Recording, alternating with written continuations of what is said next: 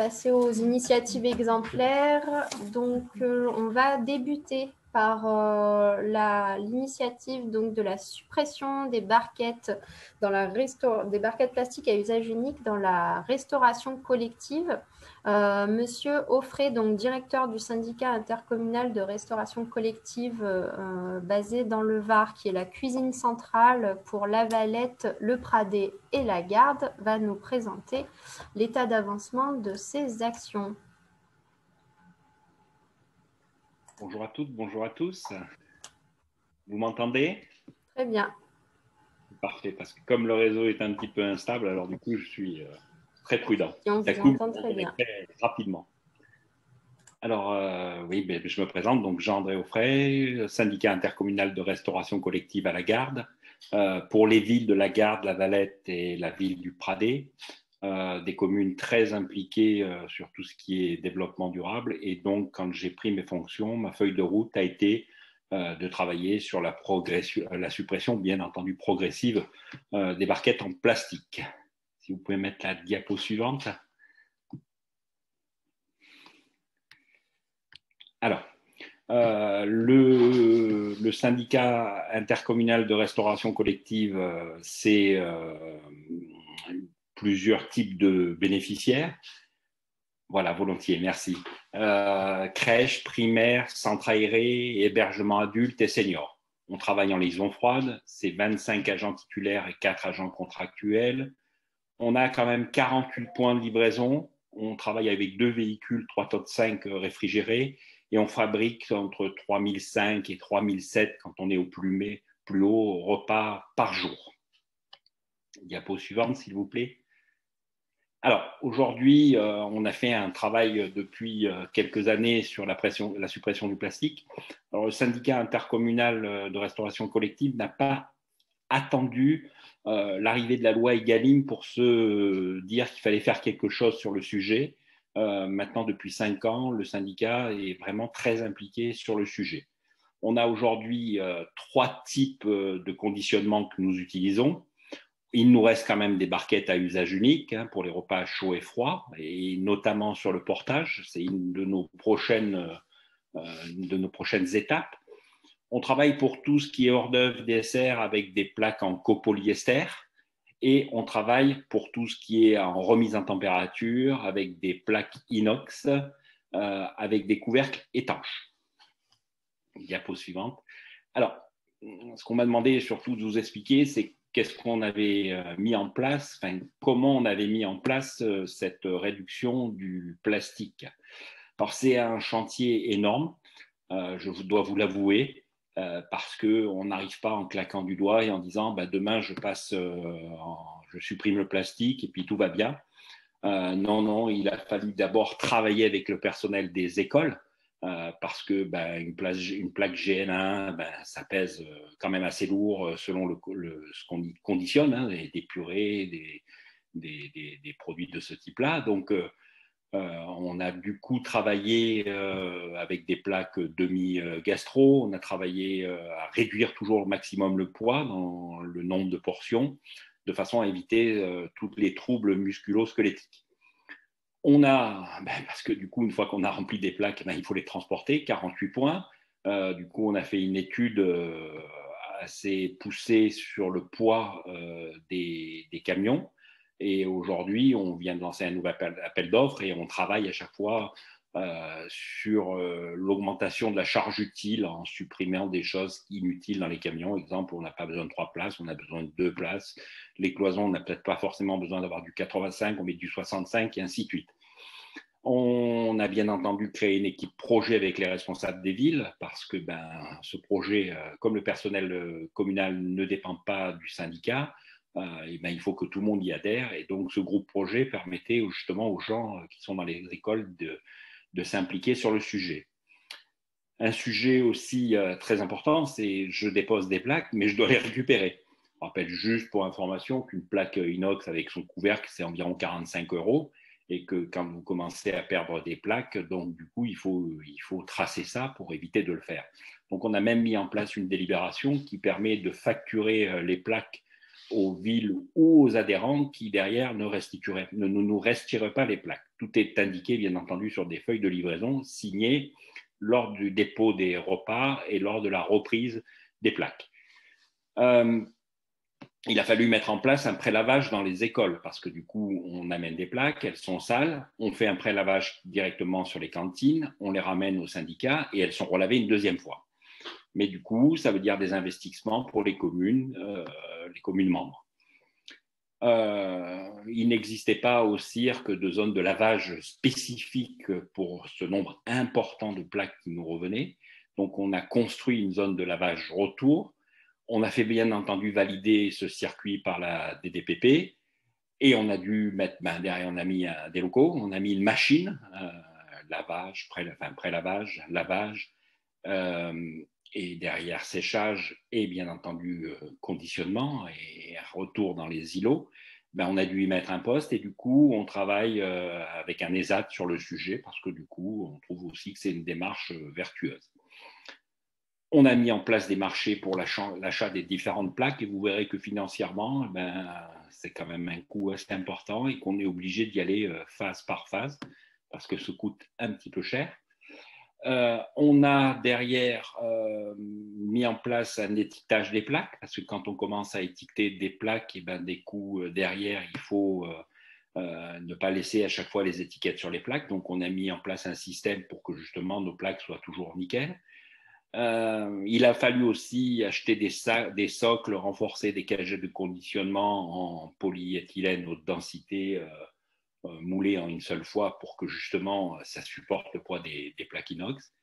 Le marché camion, je vous en ai parlé, et du coup plein d'autres choses parce que c'est quelque chose de très important. Tout à fait, merci. Je sais que j'ai que 10 minutes, alors c'est pour ça que j'accélère. Aujourd'hui, en termes d'investissement, à peu près, c'est un petit peu plus poussé que ça, mais juste pour vous donner un ordre d'idée, pour avoir à peu près, pour en être à 50% de jetables et 50% de plaques inox et copolyester, on a dû mettre donc en place le local plonge destiné au retour des plaques, construction, le convoyeur, on est à plus de 175 000 €. L'achat des plaques en inox, en copolyester avec des couvercles, le remplacement progressif des cagettes, on est à plus de 100 000 €. Et il nous reste à investir d'ici 2025 pour le complément des achats de plaques, environ plus de 150 000 €. Donc aujourd'hui, ma commune est très fière, enfin mes communes, la Garde, la Valette et le Pradé sont très fiers du chemin qui est parcouru pour rentrer justement pour supprimer le plastique. Mais ça a quand même un coût et on est obligé d'y aller étape par étape et surtout faire en sorte que tout le monde adhère au projet parce que sinon ça ne peut pas fonctionner. Voilà. Je suis dans les temps, ça va? Parfait, merci beaucoup Monsieur Offray pour cette présentation. On va vous transmettre, je crois qu'il y a une question. Voilà, oui. Naël va vous la... Quel était le tonnage de barquettes?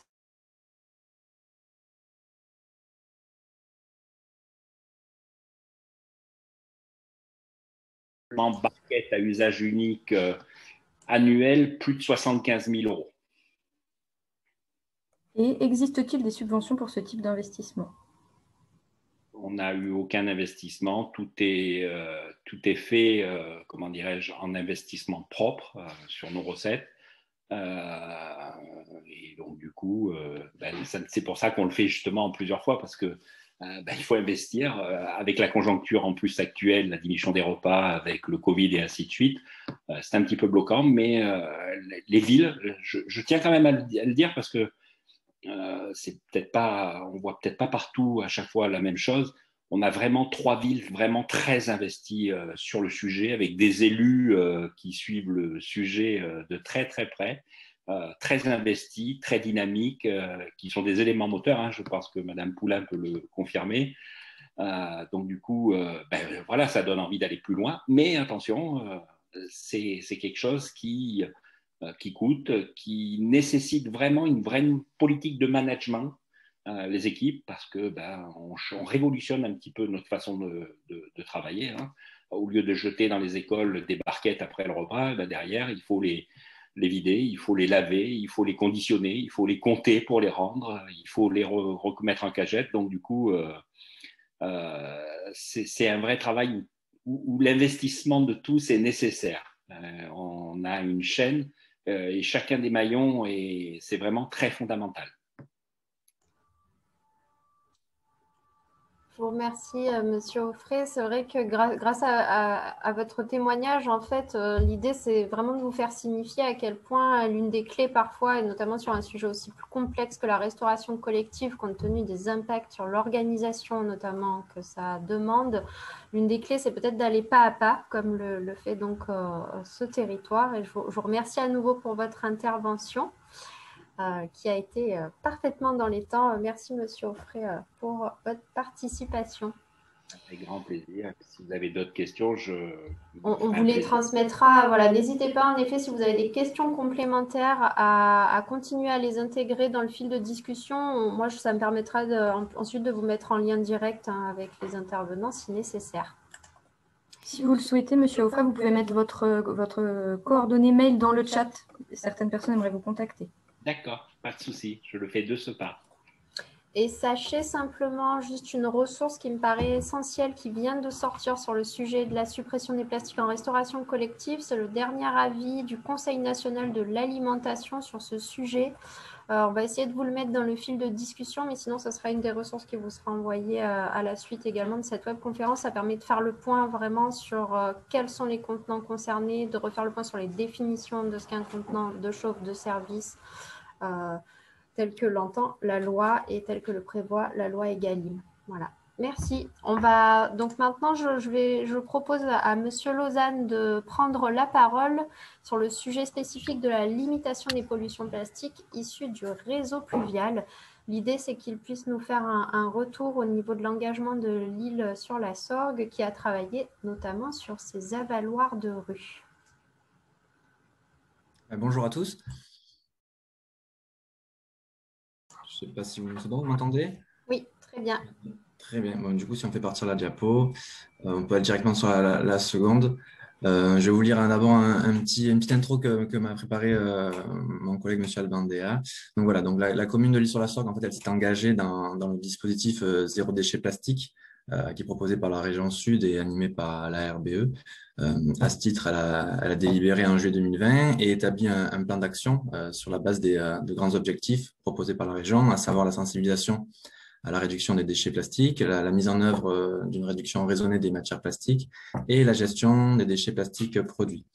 Donc, il y a de nombreuses actions qui sont menées, quelquefois de longue date. Pour les citer, il y a la suppression des contenants plastiques dans la restauration collective, la collecte des poubelles tulipes en centre-ville en période de forte affluence par les vélos cargo, mais aussi l'utilisation de bois à ramelles fragmentés issus des déchets d'élagage à la place du coup des paillages plastiques donc dans les massifs des espaces verts, mais aussi lors de manifestations éco-responsables. Donc, parmi les actions menées par la commune, il y a une attention toute particulière qui est donnée à celle visant à la préservation de la Sorgue. Il y a en fait des opérations de ramassage qui sont régulièrement organisées avec le concours de nombreuses associations de la commune. Et donc, ce qu'on va vous présenter, du coup, c'est celle qui vise à prévenir des pollutions issues de rejet des eaux pluviales dans la Sorgue. Il faut savoir juste, donc, du coup, on a notamment deux associations sur la commune, dont une qui a été créée en septembre 2019, qui est depuis a mené 26 actions et un ramassage pour avoir un ordre d'idées chiffré, qui ont ramassé plus de 70 000 mégots de cigarettes. Donc voilà, donc nous on a mené une campagne de sensibilisation parce que du coup on a un patrimoine riche sur la commune, dont la Sorgue. C'est une rivière source qui fait la renommée de la ville et le bonheur de ses habitants. Tout le monde y est vraiment très attaché, donc ça mérite une attention toute particulière. Et ce, dans l'optique de préserver la faune et la flore qu'elle habite. C'est pourquoi, donc, du coup, fin novembre 2020, cette campagne a été mise en place et est destinée à s'inscrire dans le temps. Et on l'a intitulée, en fait, « La Sorgue commence ici, ne rien jeter ». Donc, elle a été déployée sur plusieurs points de de la ville, du coup avec un message du coup percutant, assez lisible, à même le sol, aux abords de grilles d'évacuation des eaux pluviales. Et l'idée, c'est de contribuer à une prise de conscience et encourager une évolution des comportements pour lutter contre les incivilités qu'on constate. Donc, concernant le texte, on a souhaité avoir un texte qui soit adapté et assez cohérent. On n'a rien inventé, hein. Des textes qui sont assez souvent mis en place dans d'autres collectivités, c'était la mer commence ici. Donc, nous, du coup, on l'a adapté, on a changé le texte. Donc, du coup, on a mis la sorgue parce que voilà, la population est vraiment attachée à cette sorgue. Il y a de nombreuses manifestations qui y ont lieu. On a adapté aussi la longueur du texte pour qu'il soit au niveau, qu'il se contienne au niveau d'une grille. C'est pour ça qu'on est dans les 50 à 60 cm de long. On voulait avoir quelque chose d'assez esthétique, assez simple, parce que du coup, dans cette première campagne, on l'a installé au niveau du centre-ville. Donc, on est en zone SPR, parce que le centre-ville, du coup, est classé en site patrimonial remarquable. Et ensuite, on est parti sur... En fait, on a la chance d'avoir un service communication assez bon sur la commune. Du coup, on a eu plusieurs propositions de texte et c'est le texte et la mise en forme que vous avez sous les yeux qui a été retenu. Donc voilà, on pourra passer comme je vous le disais, du coup, pour cette première campagne, on est vraiment sur l'hypercentre. On a implanté plus d'une trentaine de zones, donc au niveau de grilles. On a privilégié en fait les entrées de rue, mais aussi la proximité de bars et de la sorgue. En gros, les zones où on pensait qu'il y avait du moins le plus de mégots de cigarettes qui étaient déposés. Voilà, c'est pour ça qu'on est parti sur ça. Donc là, c'était vraiment un premier jet. On va passer à la suivante. Donc du coup, voilà, tout a été fait en régie. Donc le choix du texte, l'implantation et la réalisation. Donc là, on voit les photos des équipes de voirie qui mettent en place. Donc, ça a été une mise en œuvre au RLS et à la peinture routière. On n'a jamais mis en place uniquement en fait sur enrobé, pas sur pavé. C'était un souhait des élus et du maire. Donc voilà, on est parti sur ça. On peut passer à la diapo suivante. Donc du coup, voilà. Donc en fait, il y a en termes de retour d'expérience, on n'a pas de retour d'expérience chiffré. On ne sait pas si ça a vraiment diminué, mais par contre, on a eu sur les réseaux beaucoup de satisfaction de la part de la population, beaucoup de commentaires positifs. Les gens étaient assez contents. Il y a eu quelques quand même critiques. Parce que du coup, on l'a mis en place hors période estivale, mais c'est une campagne qu'on va rééditer. On va essayer d'agrandir le périmètre en allant toucher un petit peu les hameaux périphériques et aussi s'approcher au niveau des écoles, lycées, collèges, pour toucher un petit peu plus de monde. Et on est en réflexion pour aller un petit peu plus loin, de voir pour avoir quelque chose de plus visible par la mise en place peut-être de filets au niveau des grilles, aussi de mettre des cendriers à sondage. Enfin voilà, il y a plusieurs étapes qui vont arriver par la suite, mais en tout cas celle-ci était assez simple, parce qu'au final, en termes de coût, la réalisation de ces pochoirs nous a coûté que 150 € pièce. On en a réalisé 2 et tout a été fait ensuite en régie. Donc c'était une mise en œuvre assez simple, peu onéreuse, et au final, on pense que c'est efficace parce que, voilà, pour le coup, même si on ne sait pas chiffrer, ça a permis de sensibiliser pas mal de personnes. Voilà. Voilà, j'ai terminé avec la présentation. Je vous remercie pour cette présentation très intéressante. En fait, ce qui a fait que j'ai identifié ce territoire en particulier qui est situé sur le département du Vaucluse, donc l'île sur la Sorgue, c'est que vous voyez bien encore une fois que l'idée, c'est vraiment de mener chacun ses actions concrètes sur son territoire, et les territoires, malgré le fait qu'il n'ait pas de littoral, qui ne sont pas basés en bord de mer, peuvent avoir tout à fait leur légitimité à mener des actions qui sont souvent, hein, vous avez sûrement dû tous voir ces fameuses plaques marquées « Ici commence la mer ». En fait, au niveau des rivières, il y a également un gros travail à mener. Et donc voilà, je vous remercie à nouveau d'avoir illustré cette fameuse idée du bassin versant qui termine en mer. Et l'idée, c'est vraiment d'essayer de diminuer les pollutions à chaque échelle. Anaëlle, il y avait quelques questions, je crois. Alors, les déchets ramassés sont-ils caractérisés au niveau quantitatif ou qualitatif? Du coup, pour l'instant, je dis, c'est pas chiffré. Mais par la suite, on aimerait mettre en place des défilés pour finalement voir si ça si ça fonctionne et si on a moins de déchets qui partent dans les grilles. Alors, du coup, il y avait une question liée à l'évaluation des effets de cette campagne, donc vous y répondez en partie. Est-ce que vous avez mis en place des cendriers de rue pour la ville? Non, du coup, c'est ce qu'on souhaiterait mettre en place avec des cendriers à sondage pour que ce soit un petit peu plus ludique. Ça permettrait du coup à lier l'utile à l'agréable, permettre de l'échange au final et un double intérêt. Donc, c'est en cours de réflexion. Et une dernière question, si on peut. Existe-t-il une alternative à la peinture routière pour être mise en place par des enfants? Alors là, pour le coup, je ne sais pas. Ça doit exister parce qu'il doit y avoir après, du coup, ça aura un effet un peu peut-être moins durable. Mais ça pourrait être une piste aussi, oui, d'avoir des produits moins toxiques, moins nocifs. Je vais peut-être compléter les propos juste de M. Lausanne sur ce sujet. Sachez que normalement, notamment les organisateurs de festivals, mais dont on peut tout à fait s'inspirer pour faire des signalisations un peu ludiques sur la voirie, mettent en place des outils de communication qui sont des outils de communication éphémères. Donc en effet, si vous acceptez que votre message soit éphémère, vous pouvez tout à fait faire intervenir certains prestataires qui existent et qui font ce qu'on appelle la clean com, donc la communication propre qui permet de faire passer des messages, notamment sur les grosses périodes touristiques, estivales, etc. Sachez que également sur ces techniques de marquage des avaloirs, mais c'est le cas pour tout ce qui est technique de marquage sur la voirie, vous avez différentes possibilités, différentes techniques en fonction du budget que vous avez, du nombre de sites visés, de la population visée, etc. Vous avez certaines collectivités, telles que la ville de Cannes notamment, qui ont mis en place des plaques plutôt qu'un marquage en peinture. Voilà, ça peut coûter plus cher, mais c'est peut-être plus durable. Enfin, il y a vraiment différentes choses qui existent. Si vous le souhaitez, n'hésitez pas à la suite de la webconférence, je pourrais vous indiquer différents territoires qui ont procédé de manière différente. Monsieur Lausanne, votre présentation suscite beaucoup de questionnements dans le chat, tout le monde est très intéressé. Du coup, il faudrait que vous mettiez vos coordonnées si vous voulez pouvoir répondre aux questions ultérieures. Ok, ça marche, je vais les mettre. Merci beaucoup pour votre présentation, Monsieur Lausanne. Je vais maintenant proposer à nouveau, n'hésitez pas, le fil de discussion est fait pour ça, on retransmettra et on favorisera les échanges à la suite de cet événement.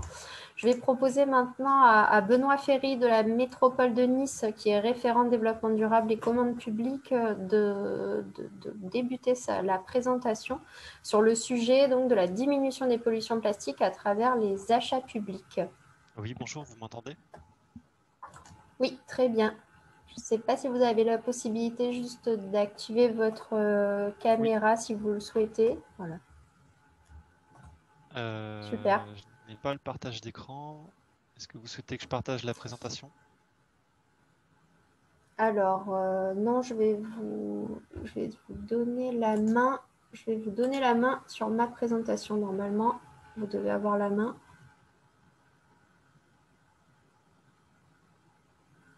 Est-ce qu'il diffuse ça? Normalement, vous avez la main là sur le PowerPoint. Il faut que vous cliquiez dessus et après, ça va défiler. Super, oui. Voilà, je vous laisse faire du coup. Très bien. Bonjour à tous. Donc, je suis Benoît Ferry. Je suis référent développement durable au sein du service des marchés publics de la métropole de Nice. Alors pas que pour la métropole, parce que notre service est mutualisé à la fois métropole, ville de Nice et pour le CCAS de la ville de Nice. Donc ça représente un ensemble de 14 000 agents, donc une grosse structure. Et je vais vous expliquer un petit peu ce qu'on fait au niveau des marchés publics pour essayer de diminuer les pollutions plastiques, puisque les marchés publics, comme vous le savez, représentent un enjeu important en matière de volume d'achat. Alors, j'arrive pas à faire défiler. Oui, c'est bon.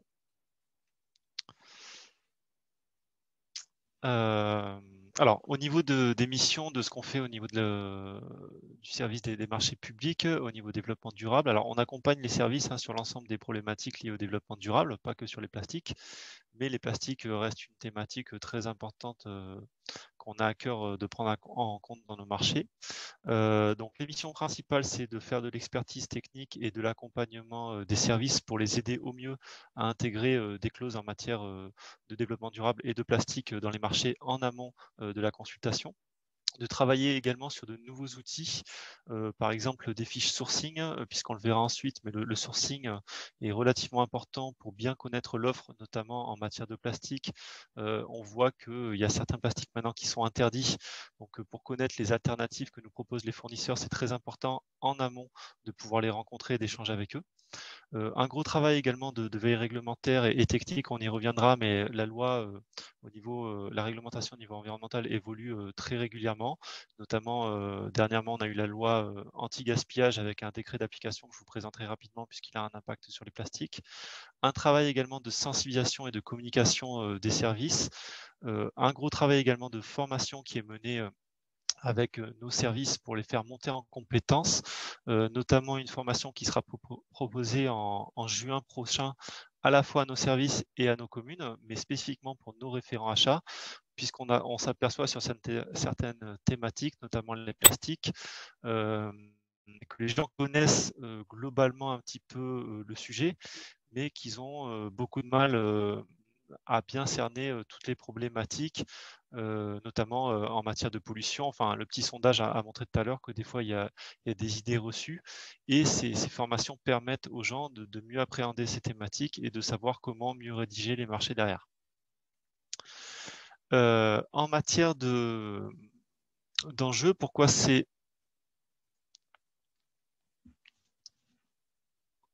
important de travailler sur les marchés publics, puisque vous savez que les achats publics en France, c'est 10 à 15% du PIB national, hein, donc c'est un volume financier relativement énorme, un levier majeur. Au niveau de notre collectivité, nous, c'est environ 500 millions d'euros dépensés par an, entre 1000 et 1200 consultations en moyenne, hein, donc vous voyez que c'est relativement important. Et du coup, ce qui est intéressant, c'est qu'on a tous les secteurs d'activité et toutes les familles de produits qui sont représentés et donc vraiment un intérêt fort à travailler sur certaines catégories d'achat en matière de plastique. Il y a également une volonté forte de la part des élus de nos territoires d'agir sur le plastique puisqu'il y a plusieurs délibérations qui ont été prises dernièrement, notamment une spécifiquement sur la ville de Nice pour essayer de sortir du plastique avec un échéancier fixé à 2022. Et à côté de ça, on a la réglementation qui évolue.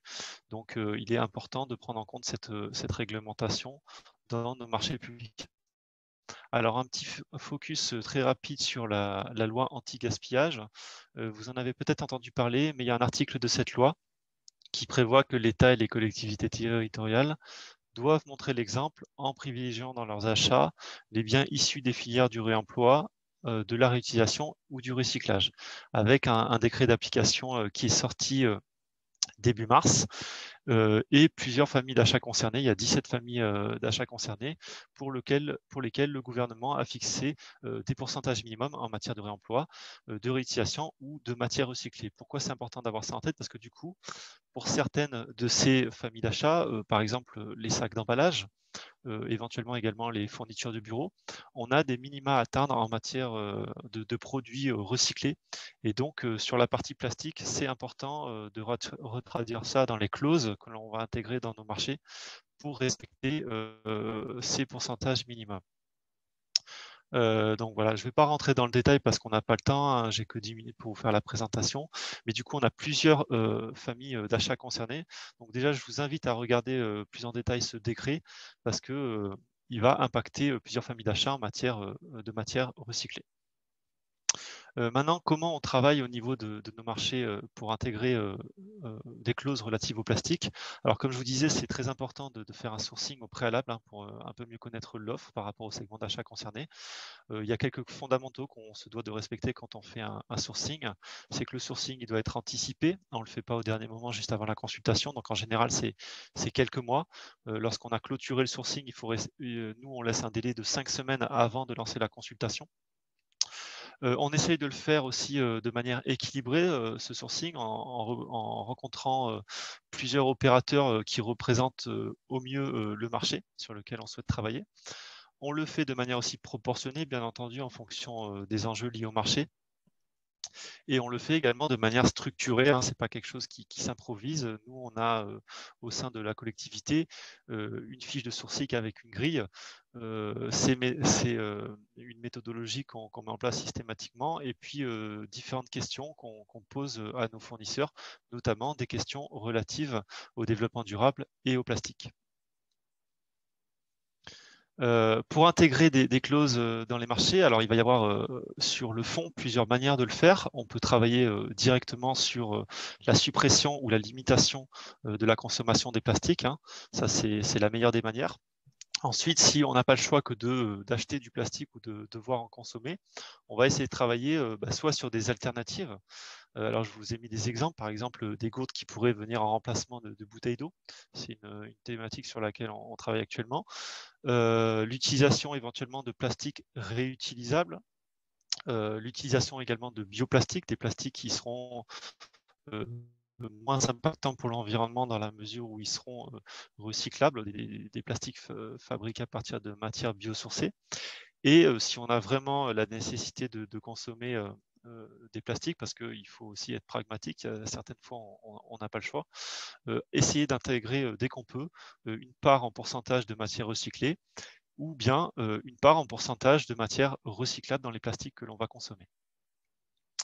Alors ça, c'est sur le fond. Après, sur la forme, comment on fait pour intégrer toutes ces différentes clauses? Alors, il y a différentes manières. On peut le faire soit au niveau des pièces techniques des marchés, hein, ce qu'on appelle les CCTP, les cahiers des clauses techniques particulières.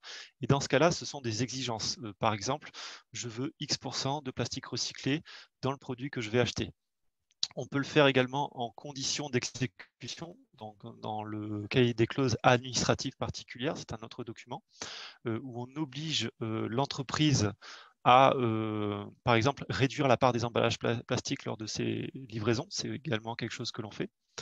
On peut accorder un peu plus de souplesse et mettre ces critères, ces clauses sous forme de critères de sélection des offres en pondérant un certain pourcentage. Je vous ai donné un exemple. L'entreprise devra préciser le pourcentage de matière plastique recyclable présente dans le produit. Ou bien on peut également ouvrir aux variantes, c'est-à-dire avoir une idée en tête et autoriser les entreprises à proposer des alternatives au produit initial. Il y a quelques règles à respecter quand on intègre ces clauses.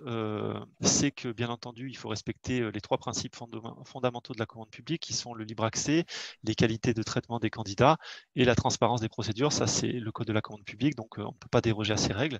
Un autre point qui est très important, c'est toujours d'établir un lien direct avec l'objet du marché. Donc, on ne peut pas non plus demander n'importe quoi à nos prestataires. Il faut qu'il y ait un lien avec l'objet du marché. Donc, dans un marché où vous consommez du plastique, où il y a des livraisons et des emballages, bien entendu, c'est tout à fait pertinent d'établir un critère là-dessus. Si vous avez un marché qui n'a aucun rapport de prestation intellectuelle, par exemple, vous n'avez pas forcément de pertinence à établir un critère sur les plastiques. Quelques exemples très rapides pour finir de marchés sur lesquels on a travaillé plus précisément sur les plastiques. Par exemple, un marché d'achat de biberons pour les crèches, où on a fait le choix là de totalement interdire le plastique en mettant cela en exigence dans le CCTP. Il y avait à la fois un enjeu sur l'aspect sanitaire et sur l'aspect environnemental. Sur nos marchés d'achat de sacs pour les déchets pour toute la commune, la ville de Nice, on intègre systématiquement un critère de sélection des offres pondéré à 15% sur la part de matière recyclée qui est intégrée dans ces sacs. On a une cuisine, un service de la restauration scolaire, une cuisine centrale également qui est assez avancée sur cette thématique des plastiques, puisque ils ont dans leur CCTP intégré une interdiction totale de l'utilisation du plastique dans tout le process de conditionnement. Et également dans nos marchés de traiteurs, hein, des exigences qu'on met dans les CCAP sur l'utilisation de couverts et de vaisselle réutilisables, interdiction de plastique. Voilà, donc ça, c'est quelques exemples, hein, mais je pourrais vous en donner d'autres. Et donc, on essaye systématiquement d'avoir une réflexion avec les services lorsqu'on lance les marchés sur les alternatives ou bien l'interdiction des plastiques. Voilà, je vous remercie pour votre attention. J'espère que j'ai respecté le timing. Oui, parfait, merci Benoît. Je vais juste arrêter le contrôle à distance. Hop, voilà. Merci beaucoup pour cette intervention. Il me semble qu'on a une question des participants. Les participants aimeraient savoir si on peut avoir accès à votre délibération sur les plastiques en 2020. Oui, tout à fait. Je pourrais vous la transmettre. C'est une délibération qui a été prise à la fin de l'année. Et du coup, il y a plusieurs exigences, à la fois sur un volet extérieur, c'est-à-dire qu'est-ce qu'on fait avec nos commerçants, etc. Et à la fois sur tout le volet interne en matière d'éco-responsabilité, dont fait partie les achats. Ok, alors on a une autre question. Avez-vous des exemples de sourcing dans le domaine des espaces verts? Alors, on n'a pas fait encore de sourcing spécifiquement sur les plastiques dans le domaine des espaces verts.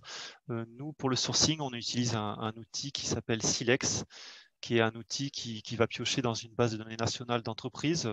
En fait, on fait des sourcings à la demande des services, hein. C'est quand les services nous sollicitent pour faire un sourcing, lors du renouvellement du marché des espaces verts, si le service nous sollicite, ils vont nous exprimer un besoin.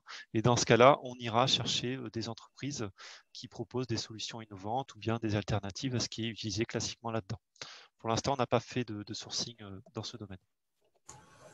Et sur ce sujet-là, je me permets de compléter ce que vient de dire Benoît Ferry. Dans l'annuaire, le fameux annuaire des apporteurs de solutions, qui sera la dernière partie, vous allez voir, il y a quelques prestataires d'ores et déjà identifiés. Et évidemment, j'invite toutes les collectivités actuellement présentes qui travaillent et qui ont trouvé des solutions sur leur territoire à ne pas hésiter à nous en faire part à la suite de cet événement. Je crois qu'il reste. On va vous poser une dernière question. Je crois qu'il y en a d'autres. Voilà, comme indiqué tout à l'heure, au vu de l'heure, on va après passer à la dernière intervention sur les initiatives exemplaires, mais on vous mettra en lien avec Monsieur Ferry pour si besoin. Donc la dernière question, est-ce que la métropole a-t-elle évalué l'impact budgétaire de l'application de ces mesures? Alors, c'est un exercice qu'on commence à faire. On est rentré là-dedans à travers tout d'abord l'évaluation des actions qu'on met en place en matière de climat. De plus en plus, on nous demande de travailler sur un budget vert, c'est-à-dire évaluer toutes ces actions qu'on met en place pour savoir quel est le coût et le bénéfice. Alors, ce n'est pas quelque chose qui est forcément facile à faire parce que nous, au service des marchés, on n'a pas l'exécution budgétaire derrière. On ne sait pas exactement ce que dépensent les services, même s'il y a des maxis qui sont fixés dans les marchés. Mais c'est un travail qu'on souhaite faire et je pense que c'est dans notre plan de progrès, c'est quelque chose qu'on va faire dans les années qui viennent, d'essayer d'évaluer et de montrer aussi que dans certaines catégories d'achat, le fait de se passer de plastique, de trouver des alternatives réutilisables, c'est un véritable gain financier pour la collectivité.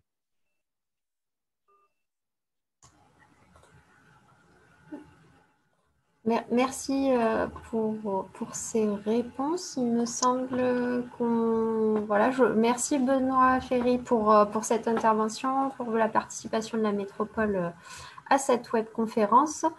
À nouveau, n'hésitez pas, on fera les liens à la suite de l'événement entre les différents territoires qui se posent des questions et d'autres qui peuvent avoir des réponses. Je propose maintenant à Caroline Longin de prendre la parole pour terminer ce cycle de présentation de quelques initiatives exemplaires. Caroline va nous proposer de voir plus large, sortir un petit peu de notre région pour identifier voilà, les dynamiques bien plus globales qui sont en cours sur le sujet de lutte contre les pollutions plastiques. Merci Claire. Bonjour à tous, bonjour à toutes. Je vais laisser Claire, du coup, merci beaucoup, diffuser une présentation. Alors, j'ai eu quelques éléments complémentaires qui me sont arrivés ce matin, donc un peu tardivement pour les intégrer. Vous aurez donc une présentation sans doute un petit peu plus complète qui sera partagée en ligne si Claire en est d'accord.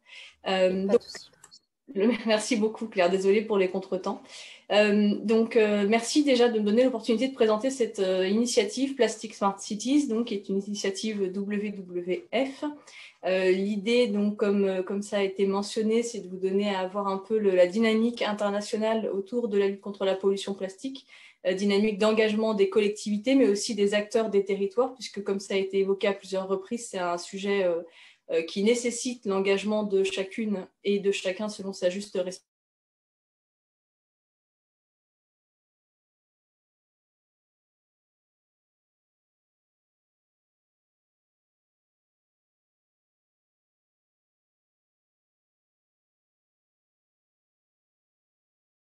cette initiative, acteurs pouvant les accompagner à l'international. Est-ce que j'ai la main pour passer les slides, Claire? Merci beaucoup. Donc, l'objectif de l'initiative, c'est une nature sans plastique en 2030, en cohérence avec la campagne de lutte contre la pollution plastique portée par le WWF depuis 2018, qui est aussi la date de lancement de cette initiative, qui compte, comme vous le voyez sur la carte là, actuellement, c'est pas très clair sur la carte, mais je vous le dis, une trentaine de villes déjà engagées à date. Et sur la slide suivante, donc il s'agit des Pays-Bas, de la Norvège et en Asie du Sud-Est, de la Chine, des Philippines, de la Thaïlande, du Vietnam, pour les principales collectivités déjà engagées. L'objectif étant d'arriver à 1000 villes ou zones touristiques engagées d'ici à 2030. Donc un réseau qui se constitue doucement mais sûrement, avec premier signataire la ville d'Amsterdam, donc capitale des Pays-Bas, d'où est partie l'initiative, et qui a partagé très récemment son retour d'expérience sur cette démarche de lutte contre la pollution plastique qu'elle a initiée donc lorsqu'elle a signé la charte Plastic Smart Cities en juin 2019 et qui lui a permis déjà d'entamer la mise en œuvre donc, de son plan d'action depuis plusieurs mois maintenant. Donc témoignage partagé, je le dis en écho à ce qui a été mentionné tout à l'heure sur l'engagement de la ville de Paris en lien avec les Jeux Olympiques sur un plan de sortie de plastique à usage unique. Ils font une conférence annuelle et ils ont eu comme témoin justement la responsable de ce projet de lutte contre la pollution plastique. Et donc dans la présentation qui sera partagée, vous aurez accès à la vidéo qui se trouve en ligne, donc du témoignage originel, dont je vais vous partager quelques éléments clés là de vive voix pour vous en donner un aperçu et peut-être l'envie d'aller regarder de plus près. Donc, la ville d'Amsterdam a choisi de structurer son plan d'action en 4 grands axes. Donc, un axe qu'ils ont axé sur la consommation, un autre sur la gestion des déchets, un troisième sur l'animation territoriale, disons, qu'ils ont appelé Agir ensemble, et un dernier sur la recherche, l'apprentissage, la sensibilisation, donc avec vraiment l'idée que finalement, pour changer les comportements, il faut vraiment les accompagner, il faut comprendre ce qui sous-tend ces comportements et il faut donc adapter les programmes éducatifs, notamment scolaires, pour vraiment garantir que la sensibilisation, toutes les actions de sensibilisation qui sont menées soient réellement efficaces. Sur les actions emblématiques qu'ils ont menées dans le cadre de ce plan d'action, je vous en donnerai vraiment quelques-unes pour exemple. Il y a la mise à disposition d'épuisettes aux résidents des bateaux maisons qui sont très répandus sur les canaux à Amsterdam pour leur permettre de participer au nettoyage finalement de ces canaux. Il y a également, et vous le voyez en photo sur cette slide, donc la gourde à l'effigie de la ville en quelque sorte, puisque ça reprend la charte graphique du logo, mais aussi la forme des plots limitant le stationnement qui sont eux aussi emblématiques de la ville. Et cette gourde, en fait, elle est accessible dans les hôtels et distribuée aux scolaires dans les hôtels disponibles à bas coût, notamment pour les touristes, et donc pour communiquer finalement de façon aussi pratique sur l'engagement pris par la ville et donc toucher aussi cette cible que sont les touristes dans un contexte habituel assez nombreux. Et je sais que c'est le cas évidemment aussi en région PACA. Il y a cet enjeu d'engager des citoyens finalement de passage sur le territoire dans de nouvelles pratiques, de nouveaux usages. Et donc, de ce point de vue-là, cette gourde est un outil de communication assez intéressant qui apparemment remporte un franc succès depuis son lancement. Il y a également d'autres actions type terrasse sans plastique ou toute autre chose, une barrière de bulles installée au fond d'un des canaux principaux de façon à capter les déchets, à les stopper en fait et à les capter ensuite plus facilement sur les côtés du canal. Donc autant d'actions voilà, qui ont été d'abord expérimentées ou qui sont encore en cours d'expérimentation et sur lesquelles, au sein de l'initiative, des retours d'expérience pourront être plus détaillés, pourront être partagés. Alors, a priori de façon très ouverte, comme ça a été le cas là récemment, mais aussi avec les signataires, avec des liens en bilatéral plus précis L'idée étant vraiment que cette initiative soit un appui finalement aux villes qui s'engagent. Quelques mots simplement sur les freins, difficultés et les leviers et opportunités qu'ils ont rencontrés. Et je vous laisserai découvrir le reste directement sur la vidéo, mais ce qu'ils ont mis en avant, c'est, bon, d'une part, en point positif, le fait qu'il y a une réelle prise de conscience et un engagement des acteurs de leur territoire sur le sujet de la lutte contre la pollution plastique. Il me semble que c'est un point commun avec ce qui se passe également sur nos territoires. C'est un sujet incontournable, la pollution plastique, et donc on peut, quand on veut se lancer en tant que collectivité dans une démarche de lutte contre la pollution plastique, on peut être assez confiant sur le fait que ça recevra plutôt un bon accueil, que c'est d'ailleurs une attente des citoyens et des citoyennes, et c'est pas forcément évident sur tous les sujets environnementaux, donc profitons-en.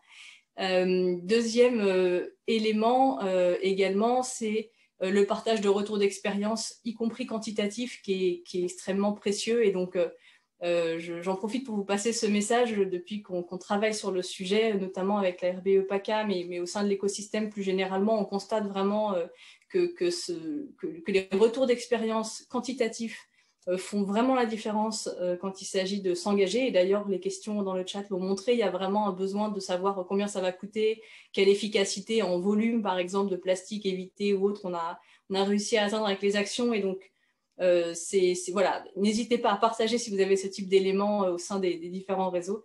Et n'hésitez pas, lorsque vous menez vos expérimentations aussi, à mettre en place des systèmes un peu de monitoring avant, après, autant que faire se peut, parce que c'est vraiment un élément levier pour engager, pour engager des collectivités et surtout les mener vers des actions efficaces. Merci, oui, Claire, c'était très bien, je t'en remercie.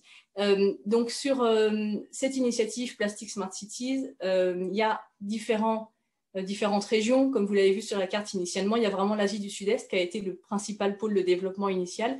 Et il est en train de se créer un hub Méditerranée visant à justement réunir, faciliter les échanges entre les villes du pourtour méditerranéen qui sont déjà engagées et à venir. Vous en voyez là la liste en bas, donc une dizaine de villes actuellement en Italie, en Croatie, en Turquie, en Tunisie, au Maroc et bientôt en France.